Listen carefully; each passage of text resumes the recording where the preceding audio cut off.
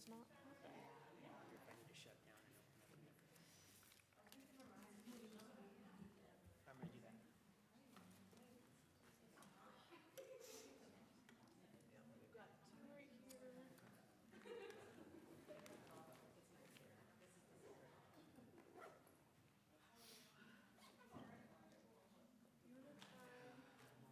I'm gonna just shut it down and start it up again and see what happens.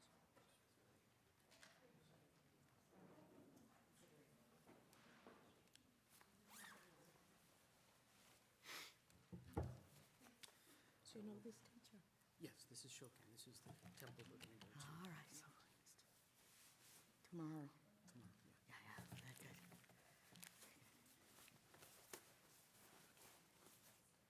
So, this is in case anything goes wrong. Okay. Another one. I don't think, I think we'll be okay.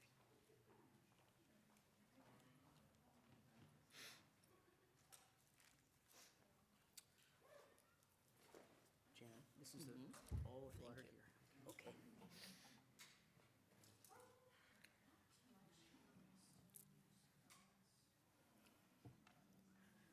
Can we do anything with this?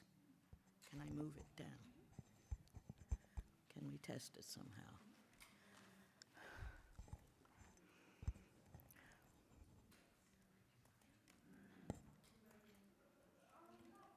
We're the same in terms of one finger, but you're faster than me. Okay. Jamie, we're testing. 1, 2. 1, 2. Good. Thing is, if I'd only stay there, but I don't. I move. Oh, when I have a, They may have a clip-on that you can use. then I have to have that other thing, and I Prefer have a not to? tendency to, yeah. Okay, so, I can do it, but I'll probably knock it out of my pocket. okay. It seems like we're good. It's just taking me a minute to here get it set up. Okay, no problem.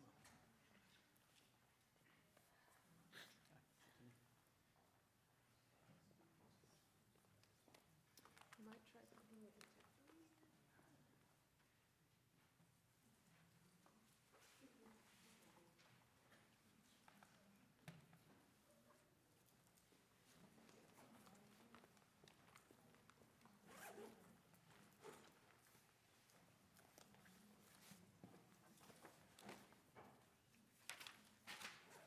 Uh-oh, paper coming out.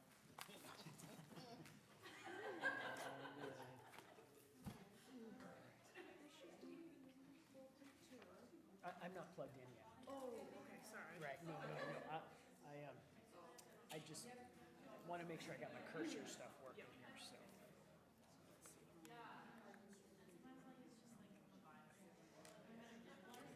I still don't know how to pronounce Sihler. Is it Sihler? Sealer, Sihler. right, I should write two E's. like Sealer, No. like a sealer.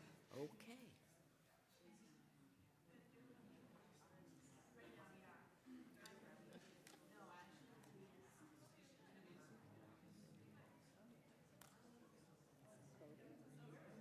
After the first word.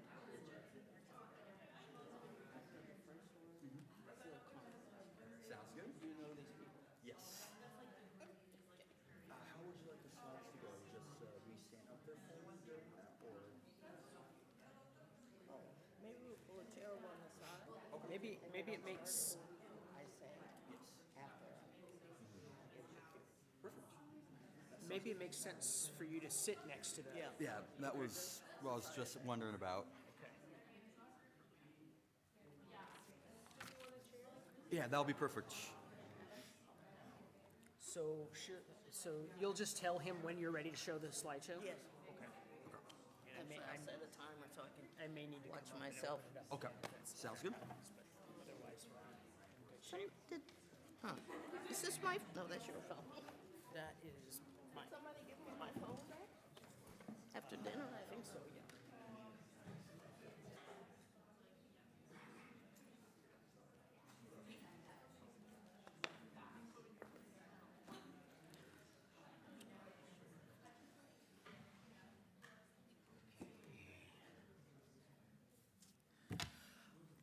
Okay, hello everyone. Welcome. I'm very excited for you to hear our guest speaker today. I want to point out I'm going to turn the introductions over to Cody Clark here in a minute, but I wanted to point out that if you are interested, as you might have seen as you walked in, there are books that you can purchase, or if you have a copy of Dr. Willis's book, she is very happy to sign copies after the presentation. Okay? All right, I'm gonna turn it over. Cody? Thank you, John.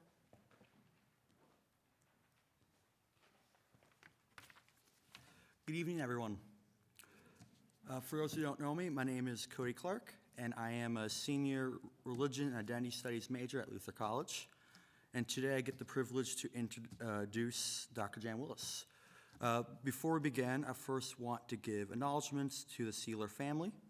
They originally established the lecture series in 1980 as a memorial to Reverend Ernest W. Sihler and Mabel World Sihler, advocating equal opportunities for all people in education and the church. The Sihler daughters endowed this fund to honor their parents and the sisters Margaret Sihler Anderson, who passed in 2006. Dr. Sihler Anderson spent more than 40 years in the fields of the church, music, and college and the universities, teaching in Minneapolis and St. Paul and in Cleveland. The fund continues to address the history and the future of women in the church with the emphasis on challenges and opportunities for women in the church. To that end, I am pleased to introduce this year's Sihler's lecturer, Dr. Jan Willis. Dr. Jan Willis has a bachelor's and master's in philosophy from Cornell University and a PhD in Indic and Buddhist studies from Columbia University. She's a professor of religion emerita at Wesleyan University in Middletown, and she has studied with Tibetan Buddhists in India, Nepal, Switzerland, and the US for 5 decades, and has taught courses in Buddhism for over 46 years. She's the author of The Diamond Light, an introduction to Tibetan Buddhist meditation, published in 1972, on Knowing Reality, and the Theravada chapter, and Sanja's Buddhist Bhumi in 1979, and Enlightened Beings Life Stories from the Gaddon Oral Traditions, published in 1995, and the editor of Feminine Ground, Essays on Women and Tibet in 1989. Additionally, Willis has published numerous articles and essays on various topics in Buddhism and Buddhist meditation, hierographically, and women and Buddhism and race. In 2001, her memoir, Dreaming Me, An African-American Woman's Spiritual Journey, was published, and in 2008, it was reissued by Wisdom Publications as Dreaming Me, Black, Baptist, and Buddhist, One Woman's Spiritual Journey. In December of 2000, Time magazine named Willis one of 6 spiritual innovators of the new millennium. In 2003, she was a recipient of the Wesleyan University's Binswanger Prize for Excellence in Teaching. Newsweek magazine's Spirituality in America issue in 2005 included a profile of Willis, and Ebony magazine in 2007 named Willis one of its Power 150 most influential African Americans.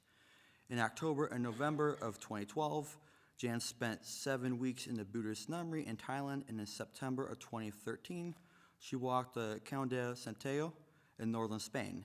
In April of 2020, her book, Dharma Matters, Women, Race, and Tantra Collected Essays by Jan Willis appeared. Please join me in welcoming Dr. Jan Willis.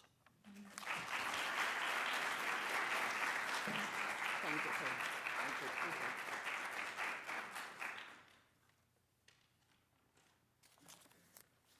you. Good evening.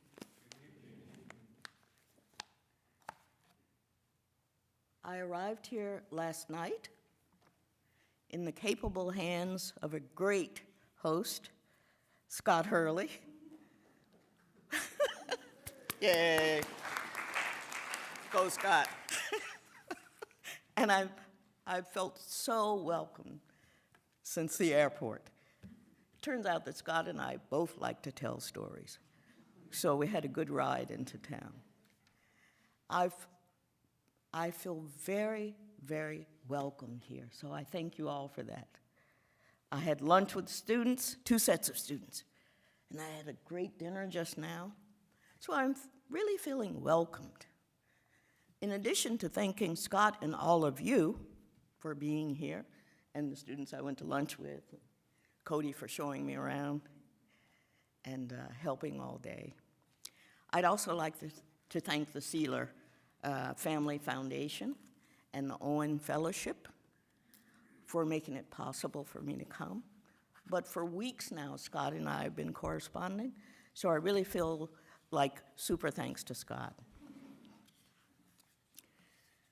Tonight, I want to share with you a bit of my story, and my story has to do, in a ways, with my age.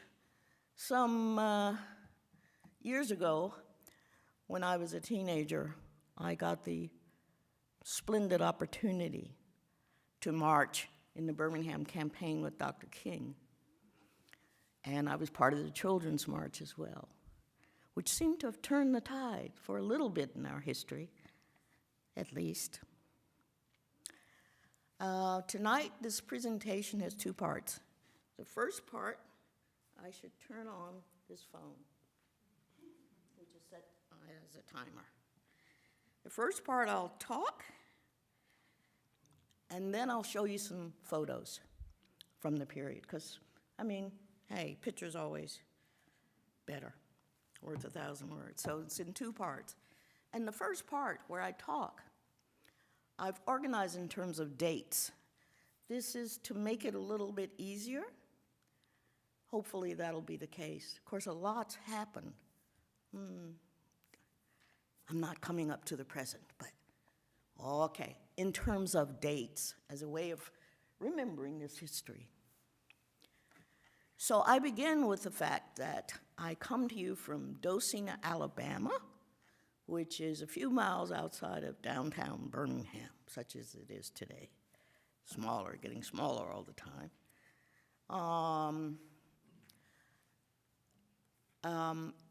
It was a mining camp named Docena or Docena.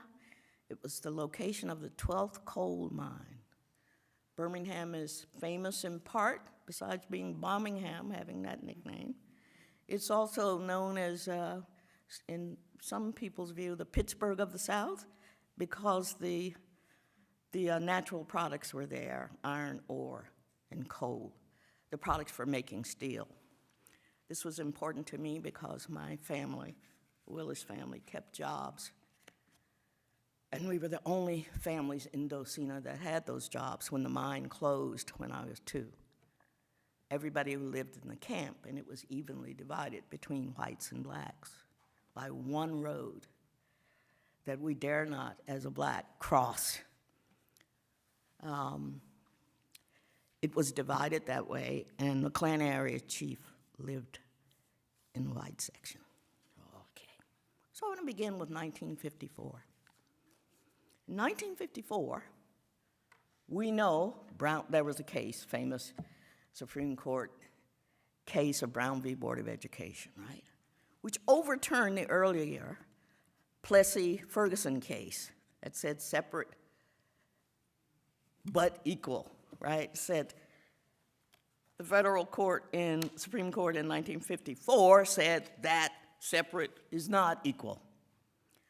But if you lived in Alabama or Georgia or Mississippi or Louisiana, nothing changed because the federal Supreme Court said that. That's what a federalist society with this kind of organization, a democratic society, means. The federal courts pass something, but the states have the last say. So 1954, I was about to enter first grade, and 11 years later, when I graduated, because I skipped a grade, I graduated from an all-black county school to which I was bused every day to avoid carrying out that federal court order to integrate schools. So I graduated from an all-black county school, same one my father had graduated from some years before. Tikaha. Tikaha. See, I say that. It's almost unconscious. It's how I say okie dokie, moving right along. It's exaggerated Hindi. So ap kasaha, tikaha, tikaha. I say tikaha. but it's just a mental thing. Haven't been able to break it. Not to worry. Okay, 1954, nothing changed. 11 years later, nothing had changed. 12 years later, nothing had changed. 16 years, nothing had changed in those southern states. Schools were still segregated. Okay. Then 1963 happens. If I'm going to use a timer, I should start it. 1963 comes along, and I asked Scott's class today, why do you think it was 1963 that Dr. King decided to begin his civil rights campaign in Birmingham, the city that he called the most segregated city in the South? Why 1963? It's a question. Oh, you already did that. Yes. That's good. Times are promising. Yes. Any other reason? 1963.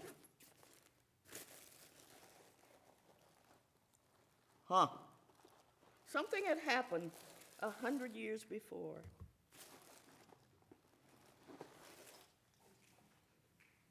Abraham Lincoln had signed the Emancipation Proclamation. Scott's class, Remy knew that. Oh, and not only that, so King, in this book, Why We Can't Wait, the story of the Birmingham Civil Rights Campaign, he spends the first chapter saying, why 1963? The main reason, in summary, is that 100 years have passed, and we are left with a proclamation, but not as yet emancipation. So it's time to bring that to the consciousness of America.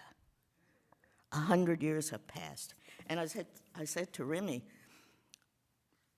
one of my favorite authors is James Baldwin, and he ends his famous letter to his nephew, who's also named James. The very last line,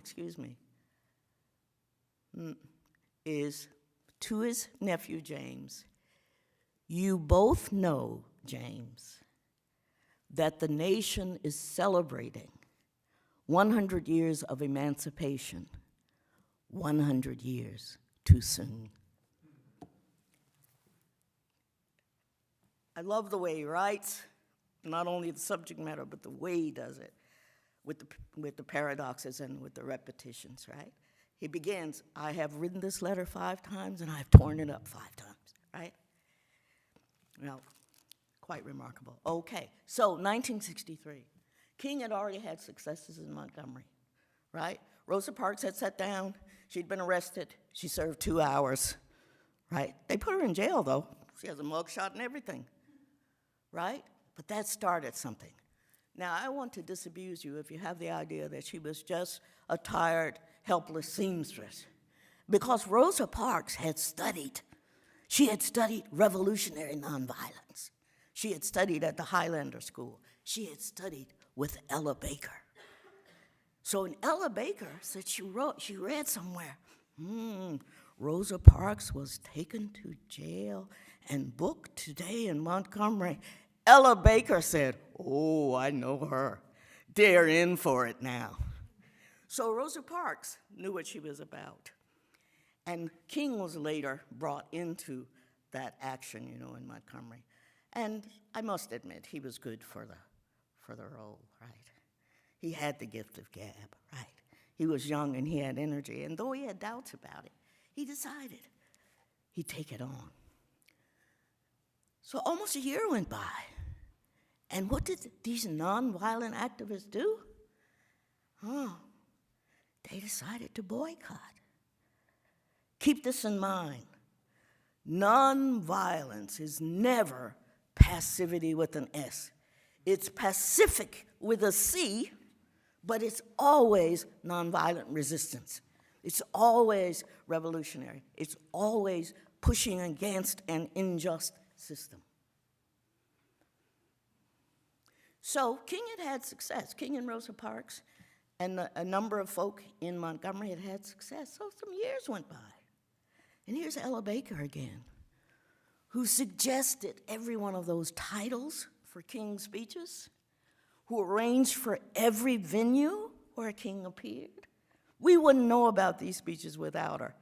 Don't let Ella Baker go by the way. She's really important. Ella Baker's as important as Bayard Rustin. The organization that nonviolent resistance takes is amazing. Bayard Rustin did the March on Washington, 250,000 people. And he thought of every detail. And there were no cell phones. Can you imagine? Buses from it was Ella Baker and Bayard Rustin. Get those buses in like clockwork, down to the details of what kind of meals would be provided. Make sure, Bayard said, they're not cheese. Cheese goes rancid. Make them peanut butter and jelly. Every detail. No phones. People who took part in these activities knew who the marshal was, had a certain hat on, had to have a pocket full of change, had to know where the phone booth was, right? No cell phones. Can you imagine the organization that took? Pulled it off. No problem. Okay, but I digress. 1963. The subtitle of this talk is How I Learned Nonviolent Activism. So in 1963, when King decides to come to Birmingham, we children were ecstatic. Because all our lives, well, many of us wondered, as I did, where were our parents? Where was the nation? Didn't people know how the children were being treated? Emmett Till was not an exception. His mother was exceptional in letting us see his face, but that a child would be attacked in the South was not exceptional. Happened often.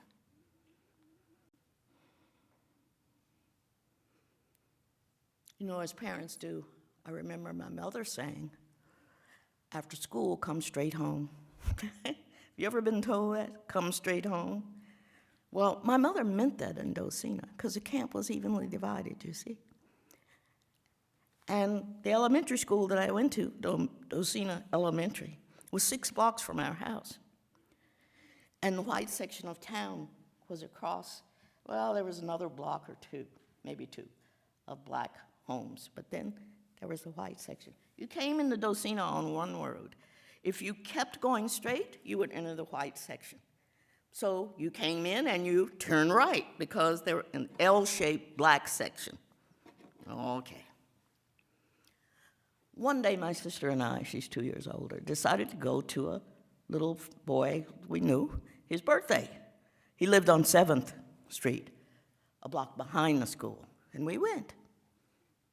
Against parents' wishes and advice. And we were in the yard and on the front porch, and there was music playing. And then the Klan rolled up. Can you imagine? The Klan rolled up and says all these N-words. What's the idea of this joy and this partying amongst all you little N-words, right? And I wonder, where are the parents? Why can't they stop this? They broke that little boy's arm. Went in, took him out, broke his arm, punched him, and then got back in their cars and trucks and drove off. This happened in my experience. Tikaha. Should go home when your parents say come home. Oh, tikaha. Okay. Back to 63.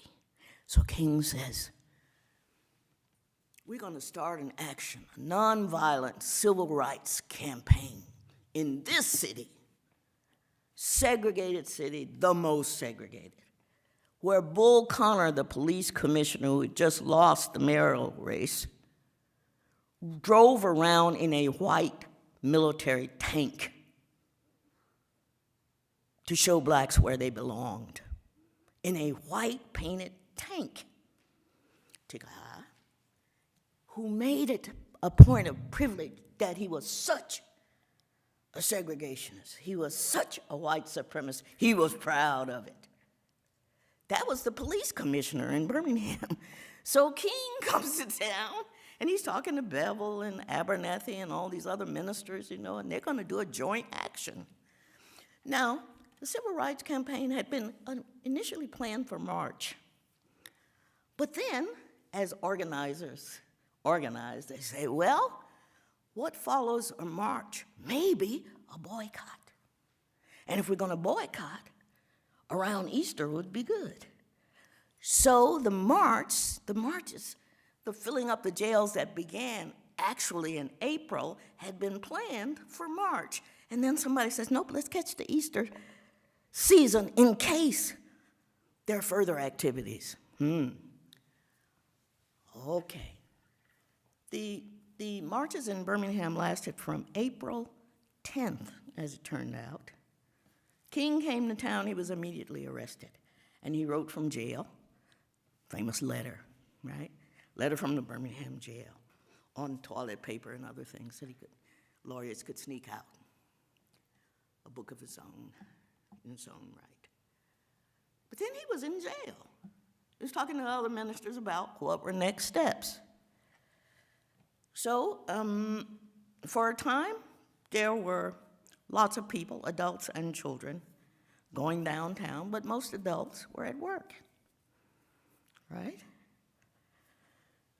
So then James Bevel says, I think those children ought to have more of it. I've skipped a few weeks.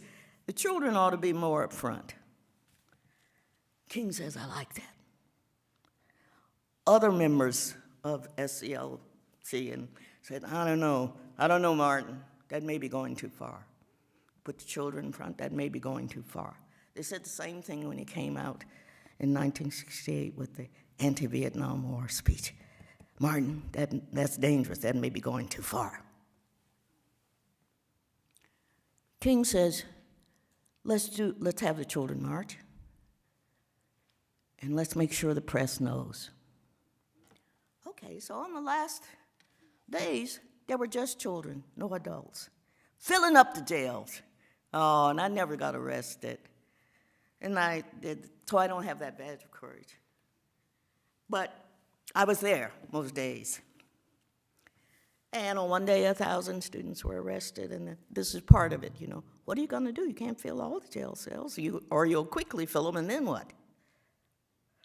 That happened in Birmingham. Okay, so in the last few days, Bull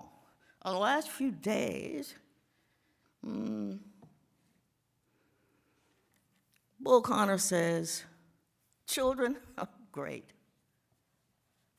All right, I want the dogs. I want the water hoses. So he uses Birmingham Fire Department. I want the water hoses. I want the dogs. I want all of them we got. We're going to sick them on those kids. Heartless. Sort of reminds you of someone I won't call names. Cruel. Tigger-ha. But this is about how I learned nonviolence. So in those days, we did not have cars. We were children who were sent off on buses to keep segregation intact. But the buses and the bus drivers would come by every day at school, open up their doors and say, going downtown. And we'd flood those buses. And the bus drivers in the yellow school buses would drive us downtown. Now, they took us to one location, the 16th Street Baptist Church, because that was the main staging ground. There were 3 other churches involved, but 16th Street Baptist Church was where most of the buses stopped. And we got out, went up the stairs, and then met with the church ladies. How I learned nonviolence. In King's book, he notes the pledges each of us had to take, children. The pledges were written out. They started out being 6 pledges. They increased to 10. After the pledges, we signed our names and our parents' names and gave our addresses. case anything happened. Okay, so very much based on the Baptist tradition. I read this earlier today. Some of them said things like this: I pledge to meditate daily on the teachings of Jesus. 2, remember always that the nonviolent movement in Birmingham seeks justice and reconciliation, not victory. We pledge this every day. Walk and talk in the manner of love, for God is love.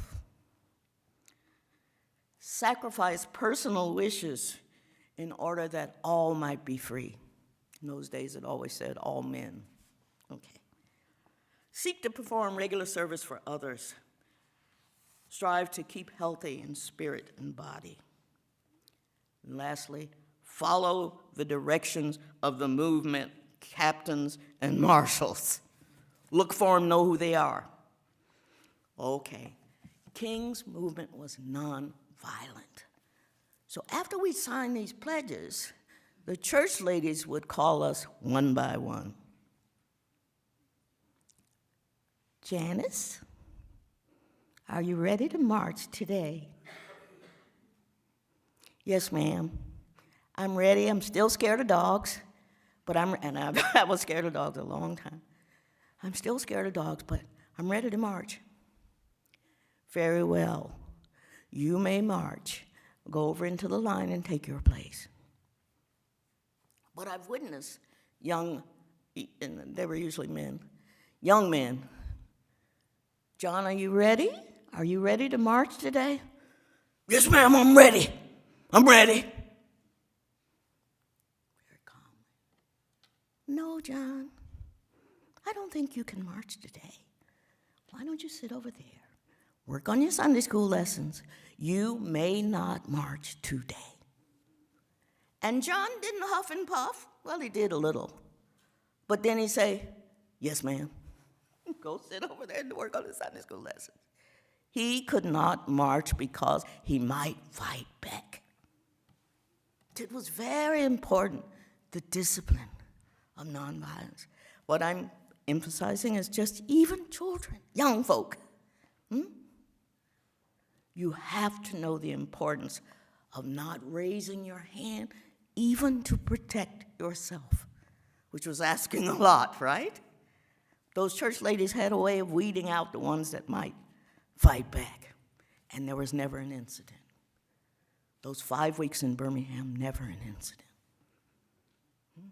Going to show you pictures in a bit. Okay. So other things happened in 1963. It was quite a year. And as a result of the children marches, there was success. Well, because when President John Kennedy picked up the phone and said, handle this, right? Because it's on national TV. Dogs attacking children, water hoses attacking children, get it ended. And he sent his marshals to negotiate with the Birmingham City Commission. And they agreed. First to negotiate, and then on another day to accept opening up some stores, allowing for some positions, right, to be filled by blacks. Okay, and if that had not been successful, there would have been an initial step, like boycotting, you see. Flo Kennedy, black woman, very interesting lady, said, don't agonize, organize. No need to agonize, just organize.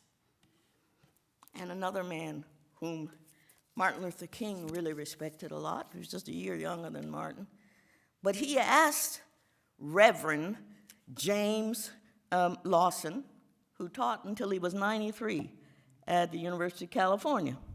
He taught nonviolence every semester, once a year, until he couldn't anymore.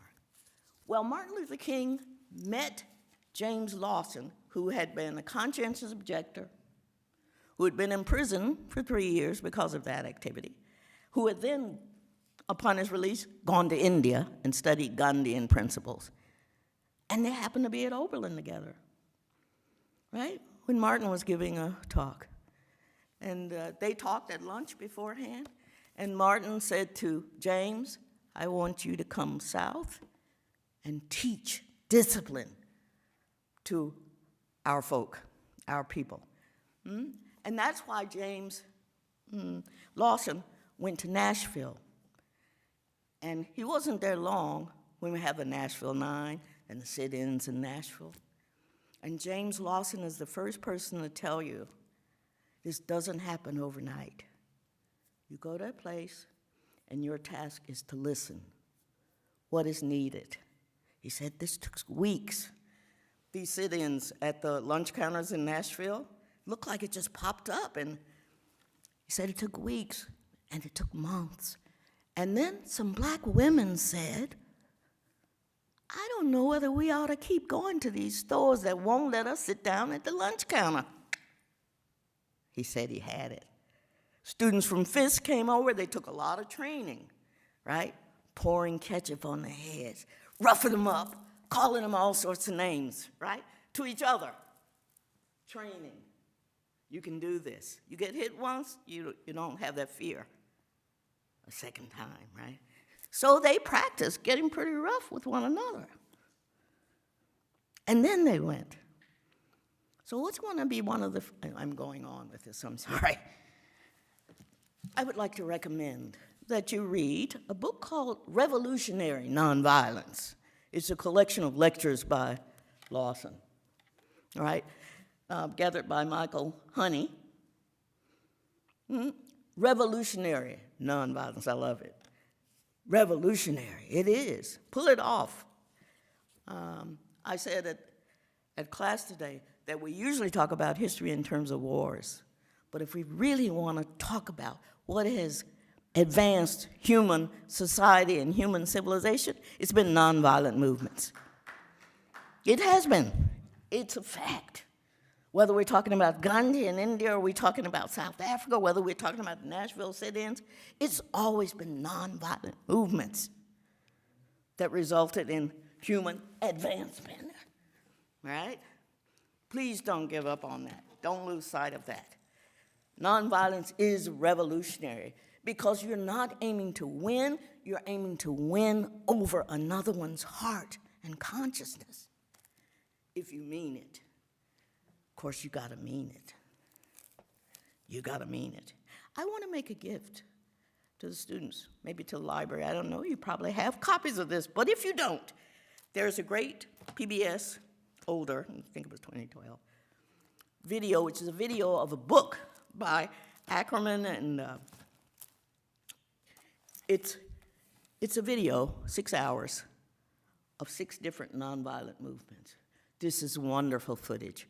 If you don't have it, please look at it. Students, please check it out. I'm gonna give it to Cody, put it in your library. Okay. All right, look at it. Gather a group of students and look at it. It's amazing. These are nonviolent struggles throughout the 20th century and what they accomplished. Amazing. Check it out. So Martin Luther King persuaded James Lawson to join him, and James Lawson taught the Nashville sit-in folk. And then those sit-in folks, who included Diane Nash, and who else? From Troy, Alabama, who says, get in some good trouble. John Lewis was one of those Nashville sit-in.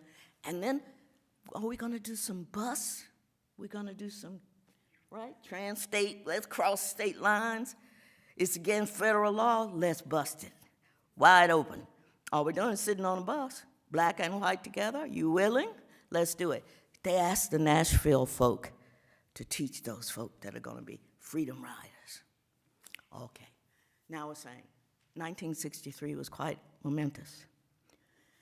And we had victories. 64, there was a Civil Rights Act, Johnson signed. 1965, there was a Voting Rights Act.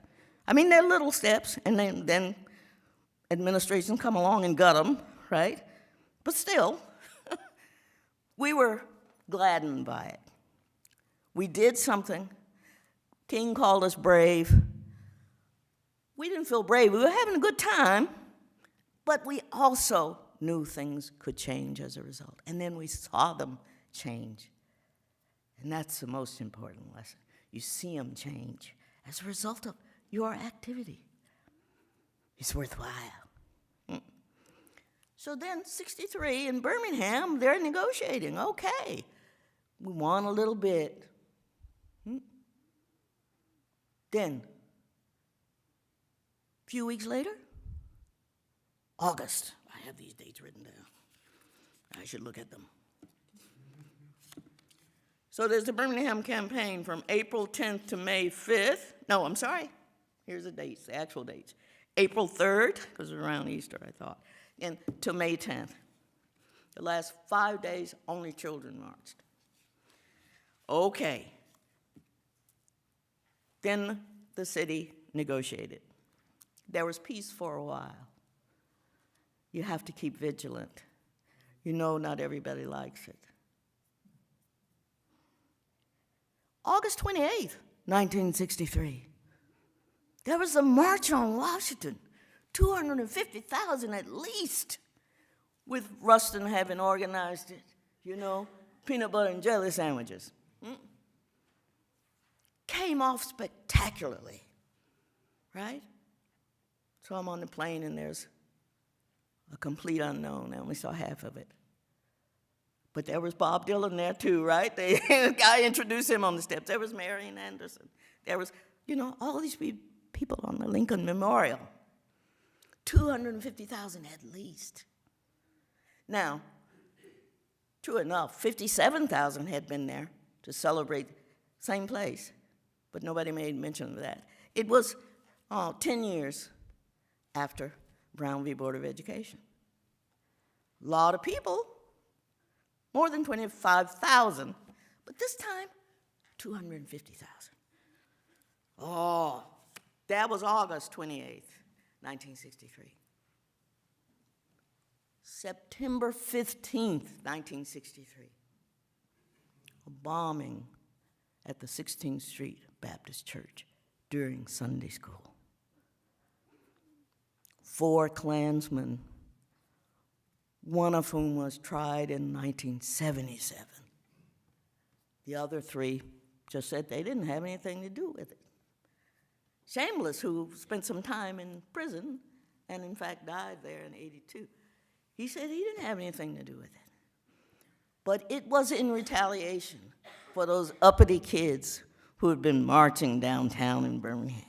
It was no mistake that they chose Sunday school time, and that church that was the key organizing church was not a mistake. So we're jubilant for a while, and then there's a bombing. We wake up to a bombing. August 28, 1963, the bombing. November 22nd, I can remember where I was at school again. John F. Kennedy was assassinated. November 22nd, 1963. How dare he send marshals to fix the thing in Birmingham? People didn't like it. They didn't like him. The 60s were a decade, I tell you. Woo! John F. Kennedy, Malcolm, Robert F. Kennedy, and then April 4th, 1968, exactly 1 year to the day that King had made his anti-Vietnam speech, that his colleagues warned him about. This is dangerous, Martin. This is a president who signed those bills, those acts, doggone it. This is too far, Martin. To which Martin replied, if people don't understand why I care about those folk in Vietnam, they have misunderstood this movement. They have misunderstood the whole thing. He was assassinated 1 year to the day. April 4th, 1968. Okay, there are consequences. So I lived at a time, and maybe some of you did too, in those 60s, when people for a time lost hope. I mean, this is just too heavy to bear. Presidents, candidates for president, Martin, Malcolm, this is too much. And yet, we're here.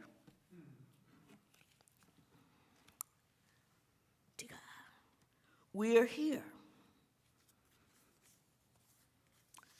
Knowing that for every move forward, there's also a reaction. Knowing, as Carol Anderson said, for every step that we take, meaning black people, the federal government will push back. She said that a while ago in a book called White Rage. Oh, Jelani Cobb and others say, we know there was such seething in America to have a black man in the White House for 8 years. We'll not have another Reconstruction, not another one. Oh. So as Angela Davis and many other people have said, freedom is a constant struggle. It's not as though, hey, you can celebrate. There's going to be a reaction. Be ready, be vigilant, take care of yourself spiritually so you can have some energy to put towards it. Now some of us are older, and it's that Ella song, Sweet Honey in the Rock. The young ones, they have the energy where we fail. Maybe we have some wisdom, but the young folk now, they have the energy where we fail. Oh, yeah. So don't give up, right? We thought times couldn't get darker than the 60s. And now we think they can't get any darker than now, right? But there's a way out. We have to live. And as my Tibetan teacher would say, why would you choose the other way? What are you going to do, just sit around and sulk? What good does that do? My Tibetan teacher only come to the States 1 or 2 times. One time he saw Angela Davis, though. Saw Angela Davis, and he said, people should be like this lady, strong and confident like this lady. My teacher was all right. He was all right. Jamie, I think I'd like to show some pictures.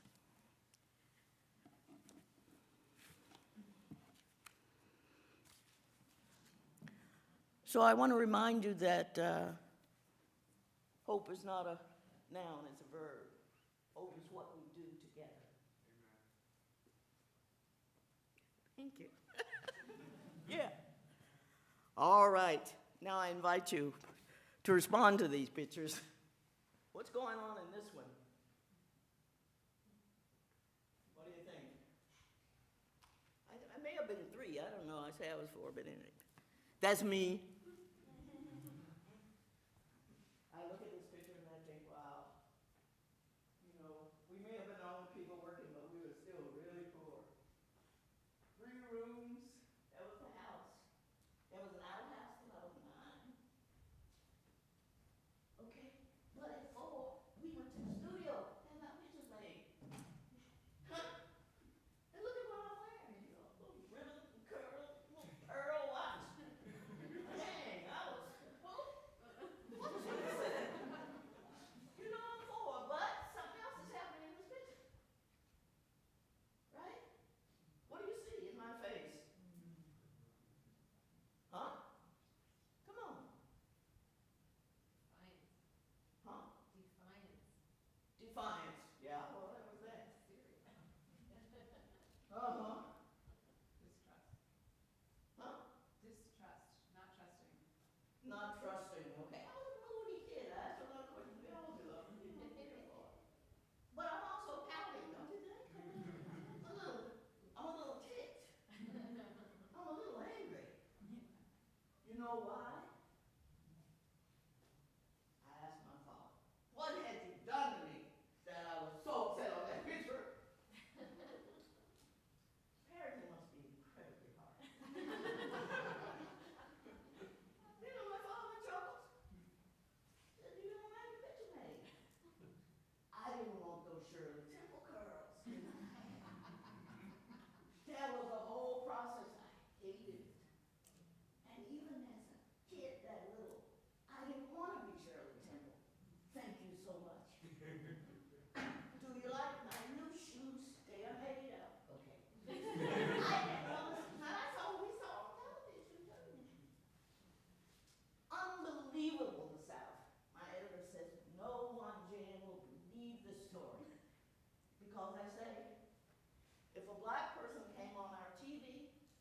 saw this sign.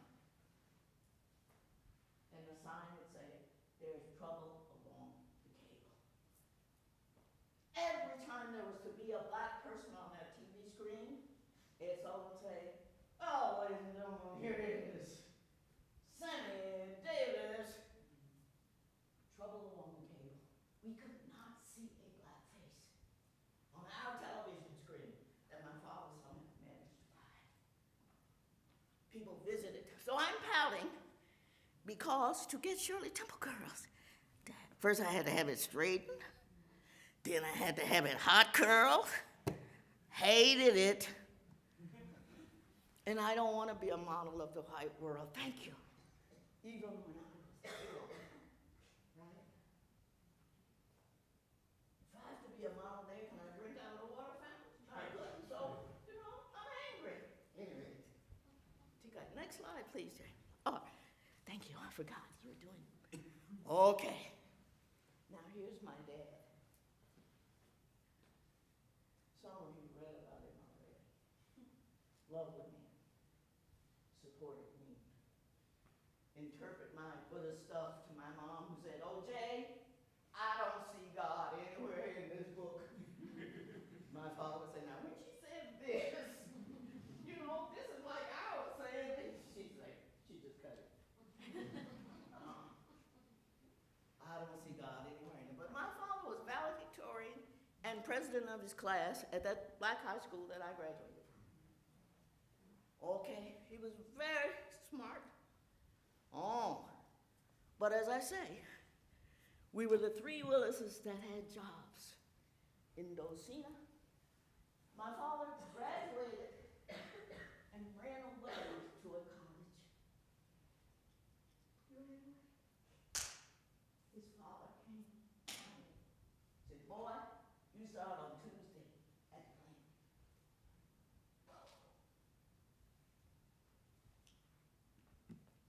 Next slide, please. Make it convenient. Move on. Good looking. There's more in his face, too. I found this picture recently. My sister had it. It was like poster size. I blew it up, and when I took a painting class, it was the first thing that I painted. But his face, to me, says so much. It's got all these emotions in it. Besides the fact that he was good looking. Good looking man.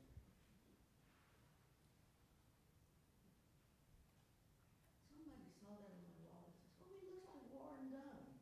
And I thought, yeah, it's football player Warren Dunn. He looks like my dad, and he's really quite handsome. But he's also about to go to work, or he's just started work in the segregated South, and he knows what that's like. And he's not happy. He's got a little anger in his face, as well as a lot of tenderness, I think. He's fragile,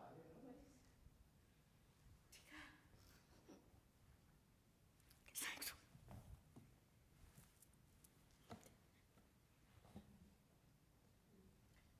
Pretty. My aunt said my father was never low on any picture she said.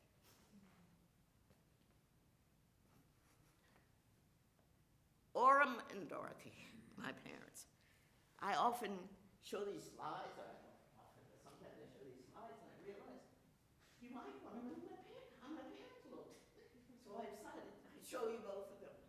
So my aunt recently, who passed away last week, and at any rate, she said, after my father married, he never took another picture alone. Good looking. Thank you. Okay. Okay, this is tough. Okay, so there's again the thing about, dressing up. Hated it. No, the white dress with the red polka dots and the red sock. Hated it. The ribbons and the shirt, the tip of curls. My mother dressed us both alike. My sister's 2 years older, but she thought we were twins, you know. Hated it. So I'm looking back at our 3-room wooden house. And this alleyway that's behind me across the street, and the big tree to my right on the picture was a big tree in my grandparents' backyard. We were on the corner of Docena, very edge. Forest was here, railroad was here. My father, mother, and my sister and I, Dot Chambers, for those who've read the book, who raised chickens, and so fed the neighborhood with eggs, but it also brought snakes that I was very afraid of. Okay. And then around the corner, my grandparents lived, and then next to them, my uncle. And he had 9 kids. Uncle, okay. So the 3 Willises worked in the steel plant, so they all had jobs. We were on the edge of Docena. They all had jobs. Nobody else in the camp did. Every now and then, the Klan would get agitated and come pay the black folk to visit. We didn't know when it would happen or what would be the consequence. Go back to that slide, please. Because when the Klan, because some years after this, and 2 years after I marched with King, I won a series of scholarships because in 1965, many Ivy League schools in particular said, out of noblesse oblige, we're going to distribute scholarships to poor black rural areas. And being in Docena, Alabama, I had scholarships to Vassar and Glenmar and Holland. Some were just northern.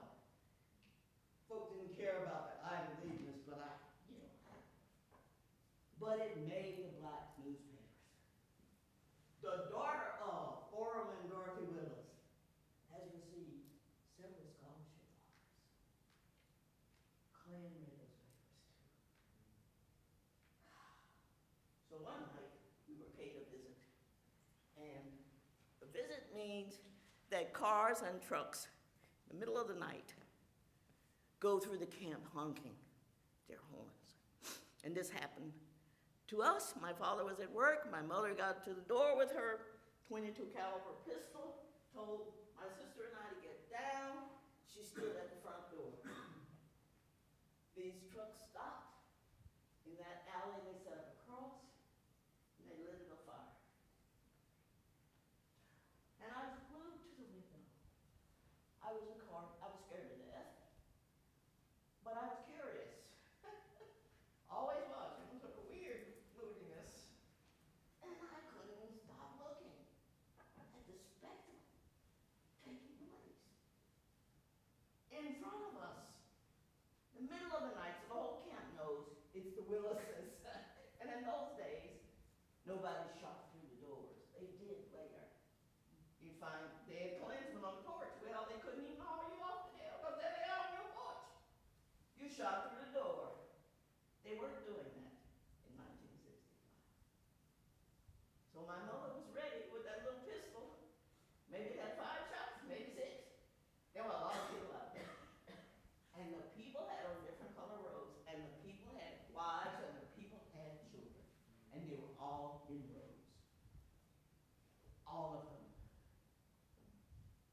People have written books about living in households, white households, of Klan members.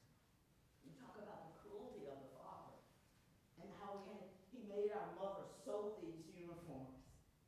And he hated us. People have written such books. Some people had to change their identity after writing such books. But McQuarters, have you read McQuarters? There was Birmingham. She talks about the business people who give the orders to the Klan. Her father was a business person. They lived up in the hills. They told the Klan who they hit. Well, Klan area chief lived in our camp. Oh, you advanced the slide. But at any rate, so I saw that there were children. Aha, early. So I saw that there were children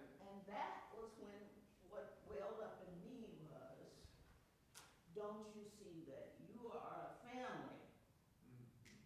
And so are we. We are a family inside this house. And you got your whole family out there.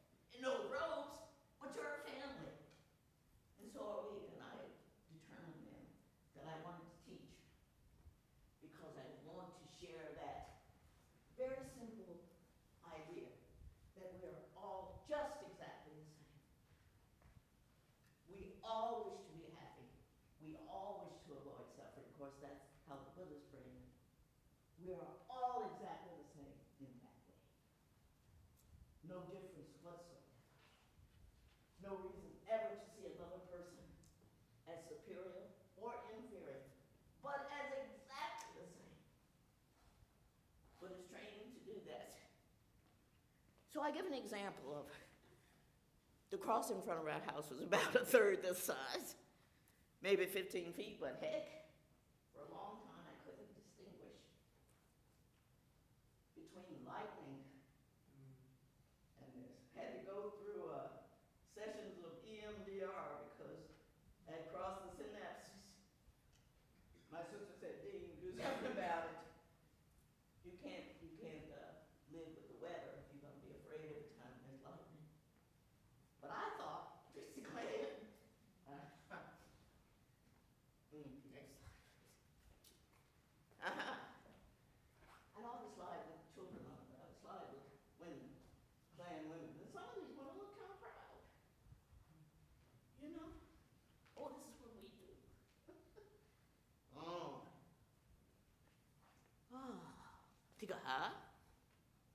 That's all. I want to show you that there's a great book that it's just called King. It was done. The writing is by Charles Johnson, National Book Award winner, friend of mine. And it's a wonderful group of photographs of that time. So, highly recommend it. Next slide, please. Okay, now Birmingham, 1963. The marches. This is Bull Connor. And he was upset this day. He was always upset.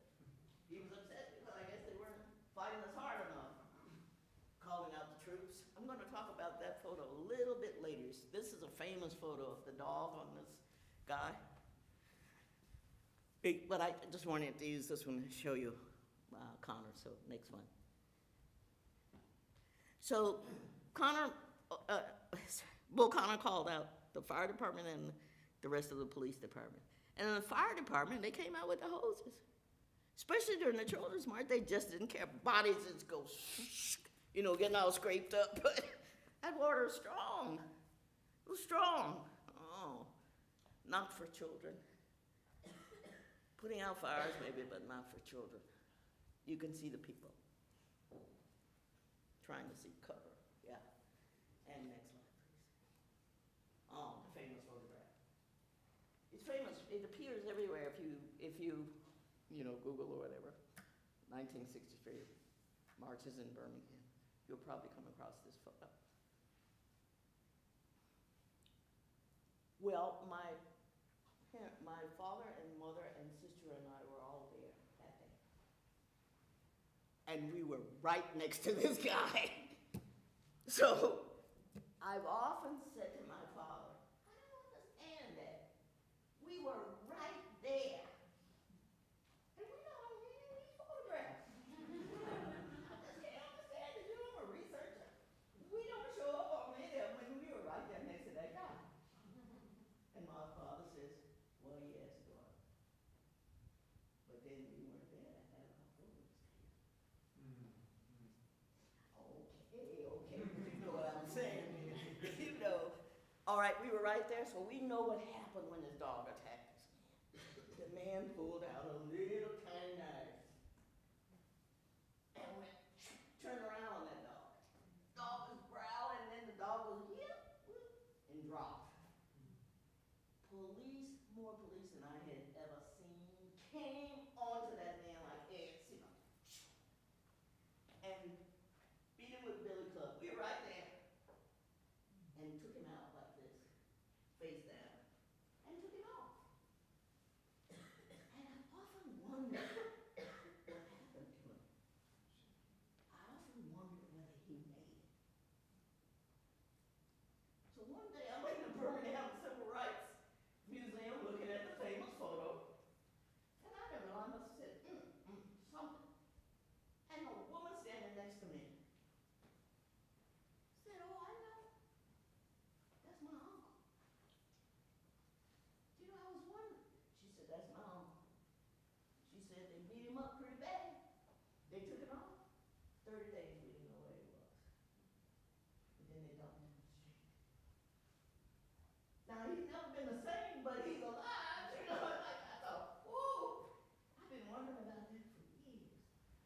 what happened to it? But we weren't there to have our pictures made. Next slide, please. Okay, this is one of the last triumphant days of children's marching. It was just children marching. So you can see, like, some of us were 14, some of us were 8, some of us were 11. But there were thousands of just children. King took that chance, and it worked. We were happy to do it. Parents were brave enough to let us, or didn't know about it because we went from school. And it worked. It worked. Next slide. This is my picture that demonstrates those pledges that we took. I think this is my image of a young person bravely practicing nonviolence. Because if you look at this picture, and I've seen it from several directions, that boy does not attempt to raise his arm. He does not attempt to protect himself. He just lets the dogs in.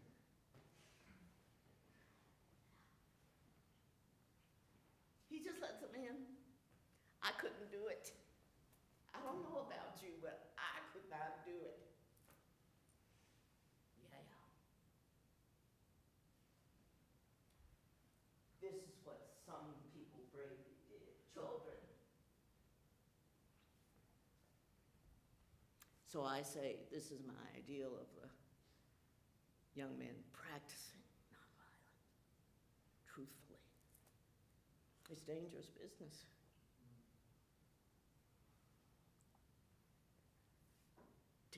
Thank you. Next slide. This is the two reverends, James Lawson Jr. and Reverend Martin Luther King Jr. They were both young. They did a lot for the world.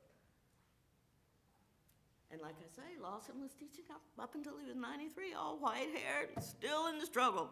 Get it if you can, revolutionary nonviolence. Okay.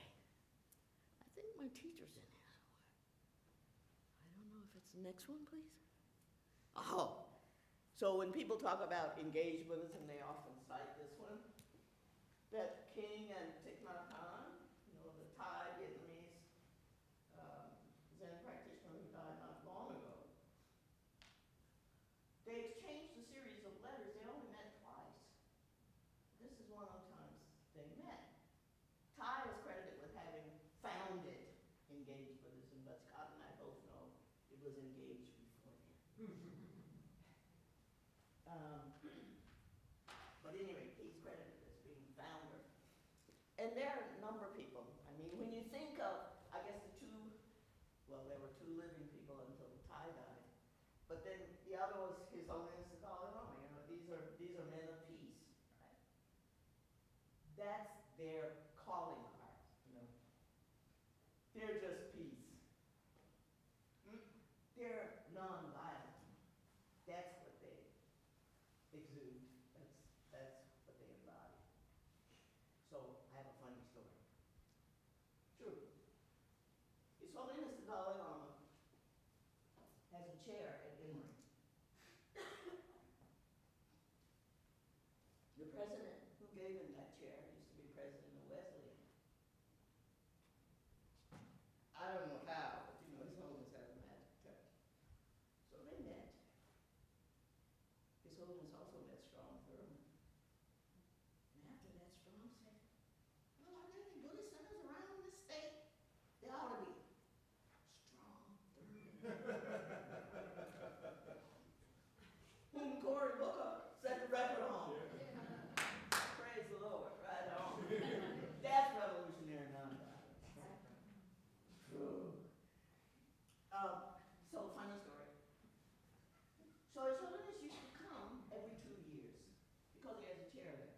And he would do office hours. He would hold office hours in the gym. And he came in 2010, and then something postponed the visit, and he came in 2013. Well, I went to both of those, and now he stopped traveling so much. So, 2013, I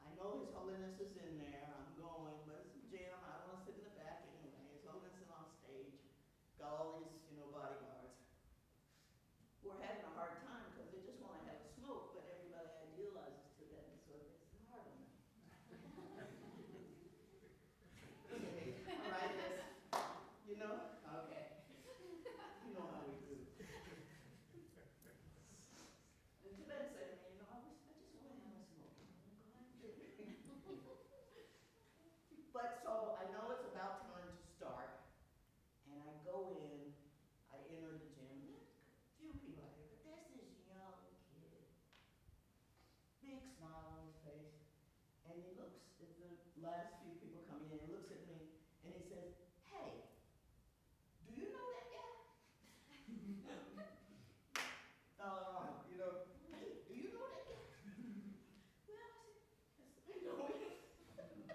That's the wrong one. He said, I don't know who he is, but when he came by me, he looked at me and he said, something happened. Something happened. It made him so happy. And His Holiness just sees another human being and loves them up because they're lovable. He said, I don't know what it was, but he looked at me and something happened. Oh, I was glad he shared that with me. Something happened, Okay, next slide. All right, I've lived long enough to see signs stating the obvious. Never thought I'd have to see it again in this lifetime. This is when this is a day or two before King was assassinated in Memphis, where he was there to champion the sanitation workers. Black men carried signs saying, I'm a man. Why do you suppose? Because no matter how old they are, they've been called boy all their lives.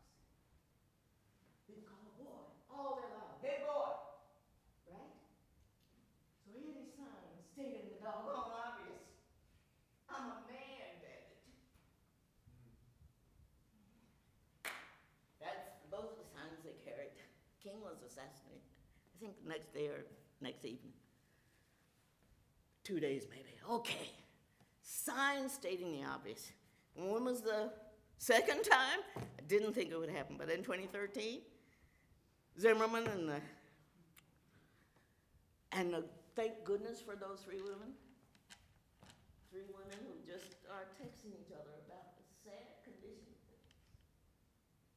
And I don't know which one it was. Some of you might. Just said hashtag Black Lives Matter and start a movement.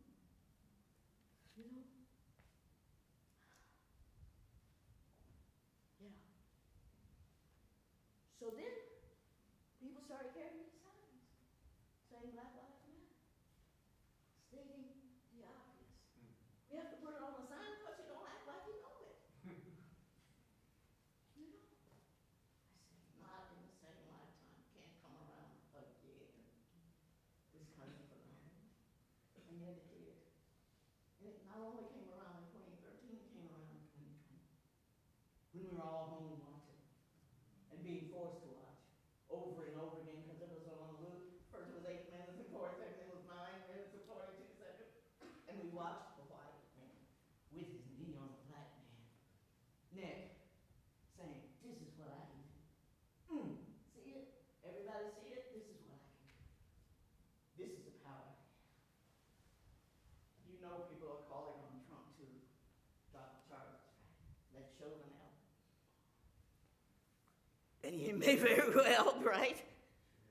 So here's the sign again saying Black Lives Matter. But because we all watch it and we watch it around the world, what had been marches of thousands and tens of thousands became around the world. Millions and hundreds of millions of people marching with that sign, saying Black Lives Matter. They matter. You got that sign.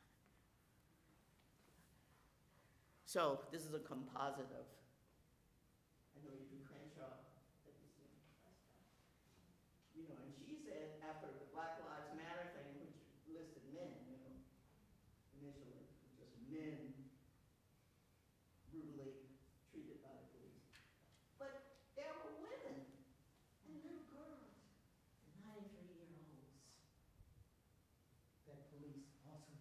women, females. So Kimberly Crenshaw's mother said, we got to say her name too.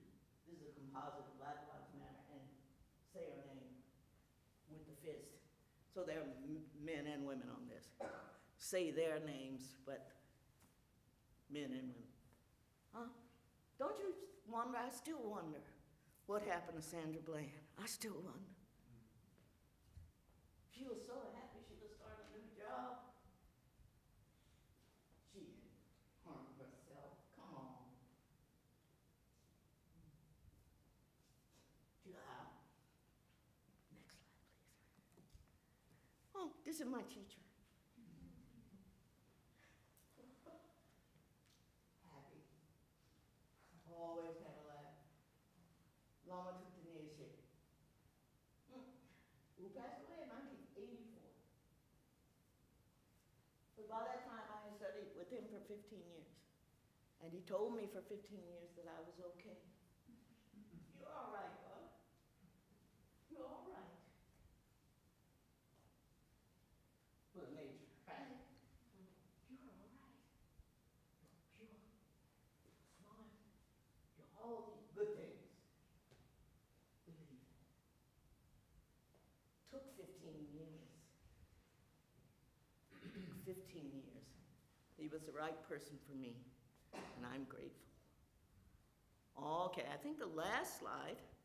Oh, no. So there's the slide when he came to the States and I had hair. Okay. All right. Had a little more hair then.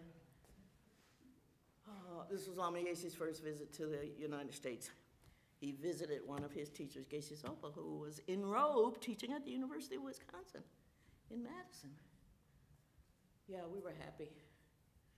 I think later than that is when I took him to hear Angela Davis back in California. Yeah. So, as some of the students know, I wrote a piece and some graphic artists at a journal designed this graphic for me and said, you can use it whenever you want, you can use it. And I thought, good one. The Buddha would definitely join the struggle. He would hold this sign at these times, Black Lives Matter. He would know that. He would hold signs saying, say it. He would peacefully fight nonviolently. There's an app called Waging Nonviolence. Somebody, Alan, I think you asked me. That's a good resource. Let you know what's happening in the community nonviolently. Marches, things that are happening, gatherings. Okay, so I'm just showing this slide because I know how radical the Buddha was for his time. And that radicalness had to do with forming an intentional community where people could live and each feel in their core, valued, respected, loved, and safe. And to me, that's a beloved community. That's what we all deserve. So let's make it happen. Don't give up. Don't give up. Don't give up. Thank you.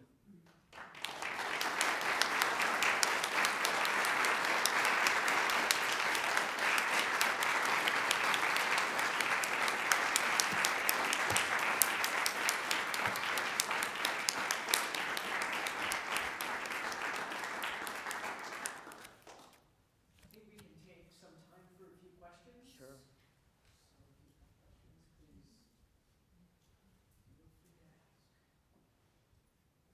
I didn't get to ask you during class, but I know Guy is here also, so he's the person who introduced me to this idea. I'm curious about your thoughts on Martin Luther King's anti-violence movement. Do you think it was impactful that he added a religious aspect to his movement? That he came with a religious. Yes, yes. I've seen critiques, both sides, people saying it took away from the movement, people saying that it added something to the movement. Oh, I think his roots being so deeply embedded in the church gave him power and strength and large number of followers. And you know, as much as we say about, well, there's Malcolm in the city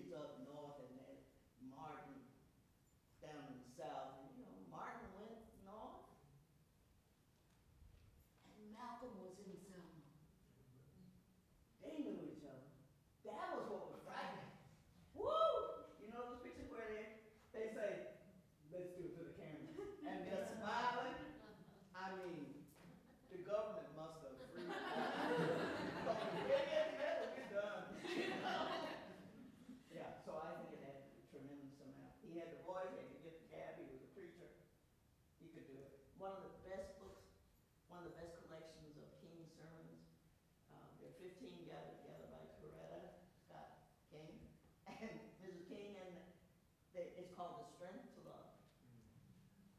Wonderful, wonderful sermons. Where to me, I read them, wow, this is what I read in Buddhist. You know, he says, how do I love my neighbor? We say we should do it, but I'm going to talk about how you do it. And that's exactly the question I had when I was small in the church. You tell us to love our neighbors. I need a method.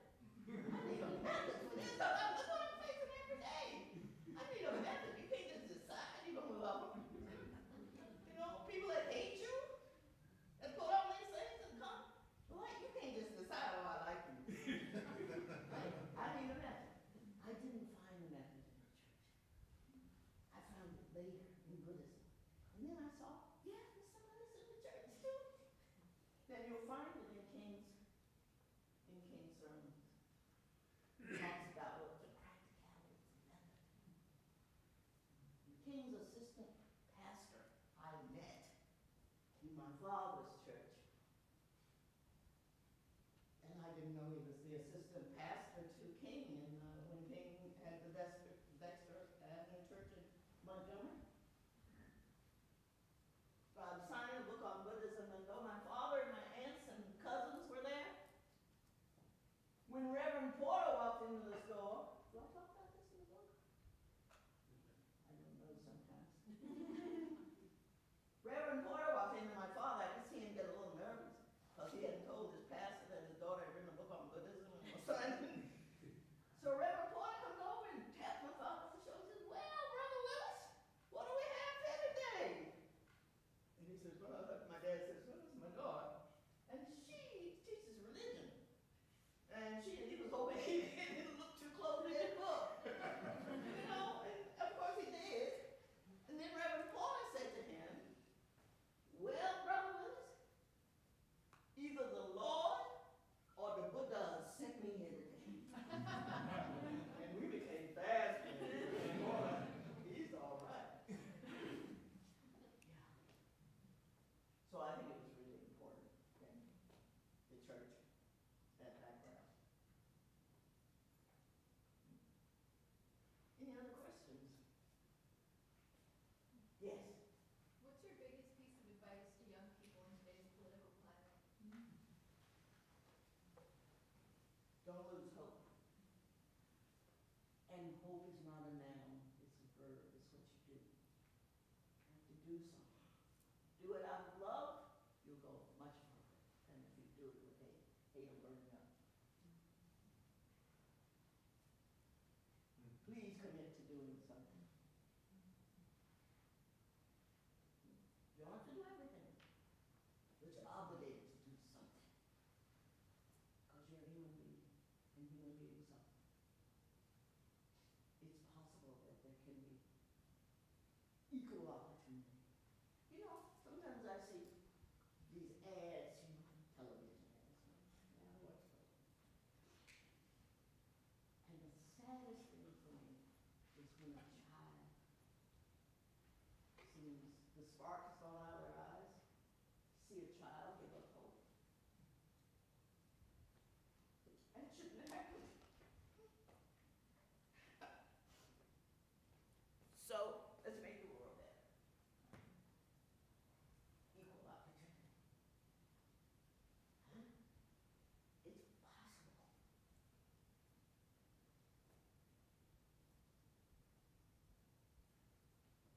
Check out. Oh, you have a question? Check out Waging Nonviolence. Check out some of these sources. It's possible. There are people doing things. Join them. I've lived a long time. I've seen lows. I've seen some highs. And my brother used to say, well, why did you do anything else? I mean, what do you get out of doing it? Nothing.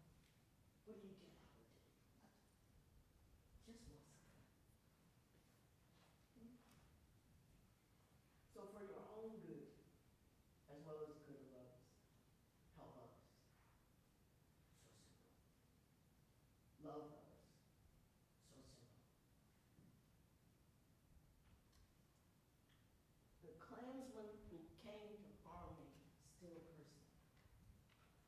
And what I see of that Klansman may be really ugly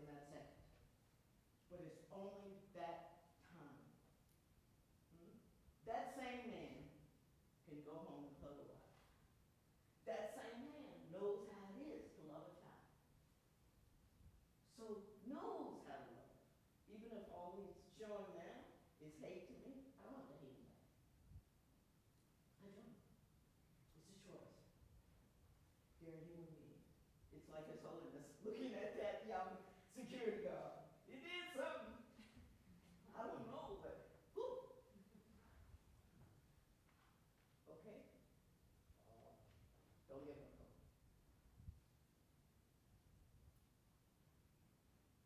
We'll live to see better times. You will.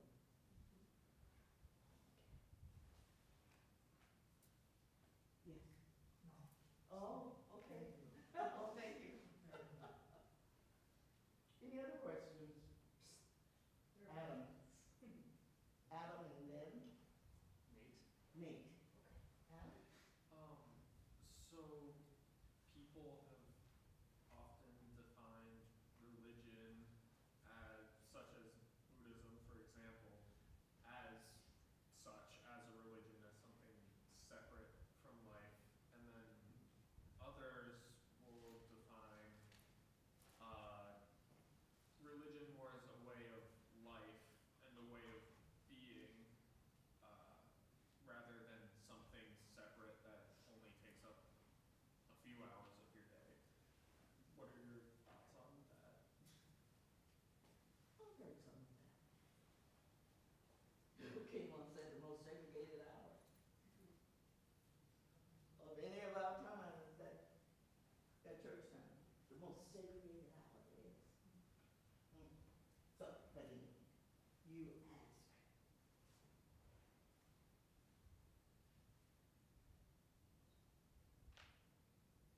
People usually say in Buddhism that it's a way of life, it's a philosophy. It's not really a religion. They've never been east to see Buddhism and all those candles and all those flowers and all those prayers and all those. So we have an idea about Buddhism, and it was given us by people like myself in the 70s, that's hippies counterculture, that went there fleeing our own religion, I think. And so wanting to see not religion again, but this. Buddhism is this, it's something. That's not all that Buddhism is.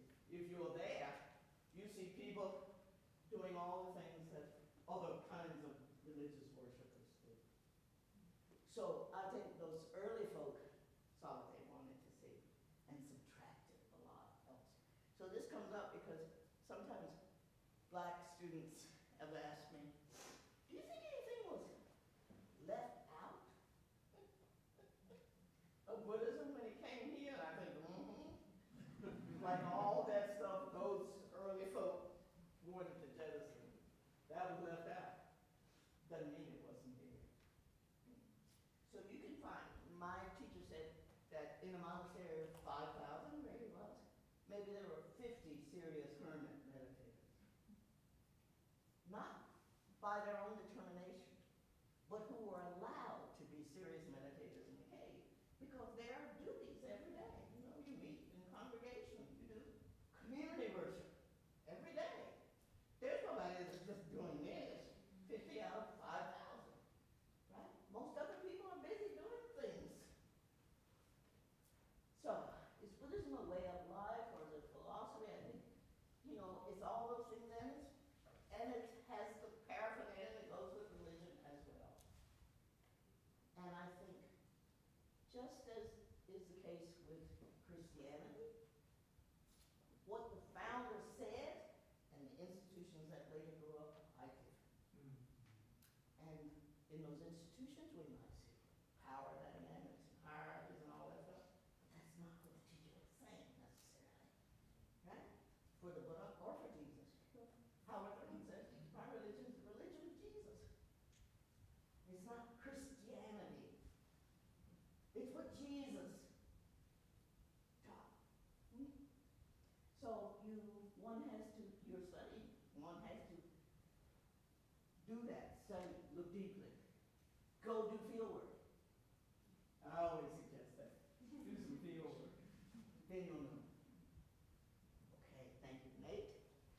Hi, I was just wondering if you could elaborate on some of the nonviolent methods you used and if they were not just conventionally conceived protests, but if they involved other methods of civil disobedience, like maybe sit-ins, lock-ins, things like that, and if you feel like any of those methods were more effective than others, and maybe what relevance they have to today's movements, what relevance they have for, today's forms of nonviolent resistance.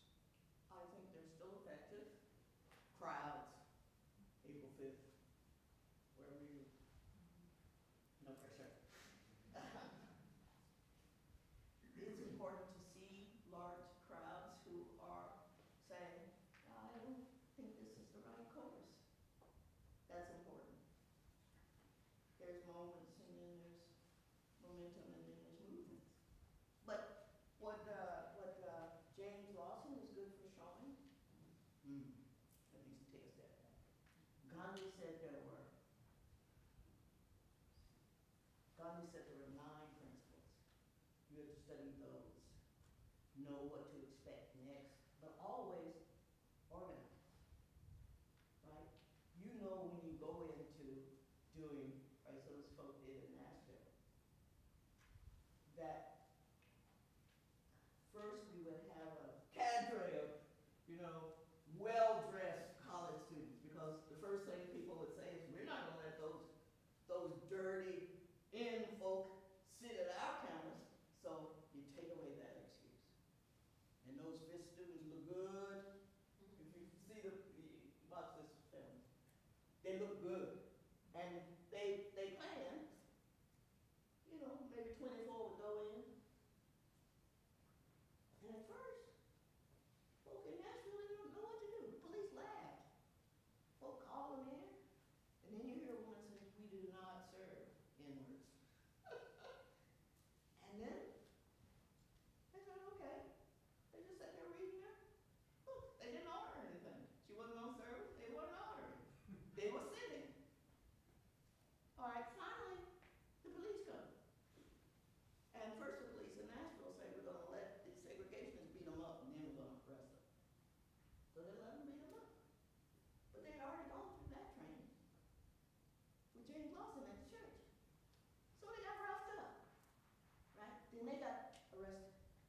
What's the next thing that happened? 24 more come in. They got it planned. That's what I mean by organizing. 24 more are ready. At the ready. 24 more at the ready. 24. You can't arrest everybody.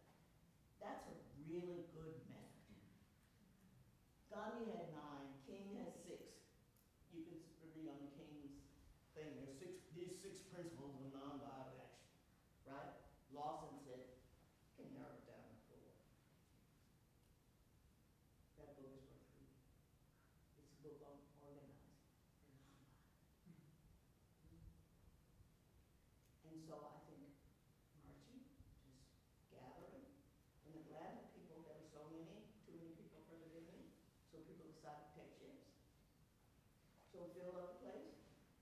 Then we left, because there were other people coming. And we just made it known that this was a shift. This wasn't the same group of people. Anyway, so then there can be boycotts. They're especially good because people hate to get hit in the pocketbook, right? So there are going to be consequences if you don't go along with this. This is peaceful. We're not violent. We're just saying we're going to be here until you serve us, right? Or we're going to boycott, and then you get no service from anybody. It worked in my family. It took 355 days, but it worked. Nobody broke it. No, everybody walked. Whites joined with blacks. They had cars. I said, come on, I'll take you where you work. It worked. People will join the cause is righteous. Oh, I know I used a religiously laden word, righteous, but please read that book, Revolutionary Nonviolence. I don't think there's anything that works any better today, though maybe people can figure out how to use digital stuff, which they didn't have. Andrew Young was slick. He says in one of the essays that the New Yorker publishes, he was Marshall in Selma. He says, okay, we want the women here, we want the folk with this, women with this, women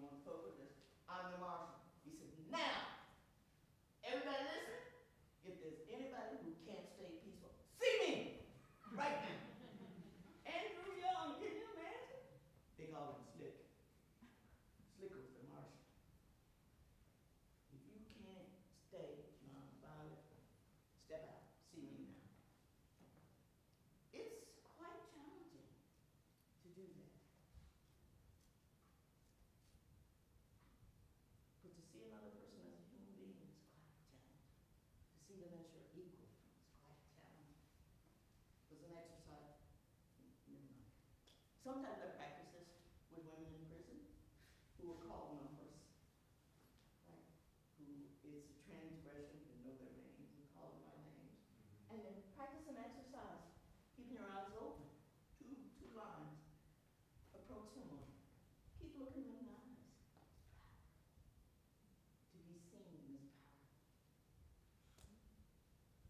Just that. Plenty of people said, I saw the officers cry. They put down their guns. Closer I got to them. Because I recognize I'm a human being just like them. Doesn't matter what old bull says. I'm not going to shoot you. Some people you can change their minds. It's worth trying. But you have to be brave to do